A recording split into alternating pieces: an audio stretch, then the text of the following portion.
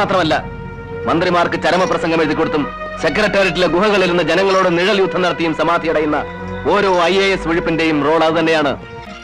നഗരത്തിലെ posh residential ഏരിയയിൽ ഭാര്യയുടെ പേർക്ക് 3ാമത്തെ ബംഗ്ലാവും പണയം ചെയ്ത് തീർത്ത കമ്മീഷണർ സെക്രട്ടറിയുടെ വൈഭവത്തെക്കുറിച്ച്, അതോ സിറ്റിയിലെ സാരിക്കമ്പോളത്തിലിറങ്ങിയ പട്ടിന്റെ പുതിയ വരവനങ്ങളെ കുറിച്ചോ?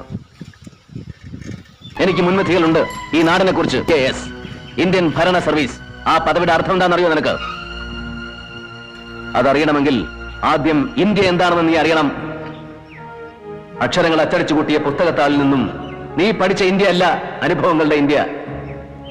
കോടിക്കണക്കായ പട്ടിണിക്കാരുടെയും നിരക്ഷരരുടെയും ഇന്ത്യ, കൂട്ടിക്കൊടുപ്പുകാരുടെയും വേശ്യകളുടെയും തോട്ടികളുടെയും കുറ്റരോഗികളുടെയും ഇന്ത്യ, ജഡ്ക വലിച്ചു വലിച്ച് ചുമച്ച് ചോര തുപ്പുന്നവന്റെ ഇന്ത്യ, വളർത്തുനായ്ക്ക് കൊടുക്കുന്ന ബേബി ഫുഡിൽ കൊഴുപ്പിന്റെ അളവ് കൂടിപ്പോയതിന് ഭർത്താവിന് ശാസിച്ച് അത്താഴപ്പട്ടിണിക്കിടുന്ന കൊച്ചമ്മമാരുടെ ഇന്ത്യ അല്ല.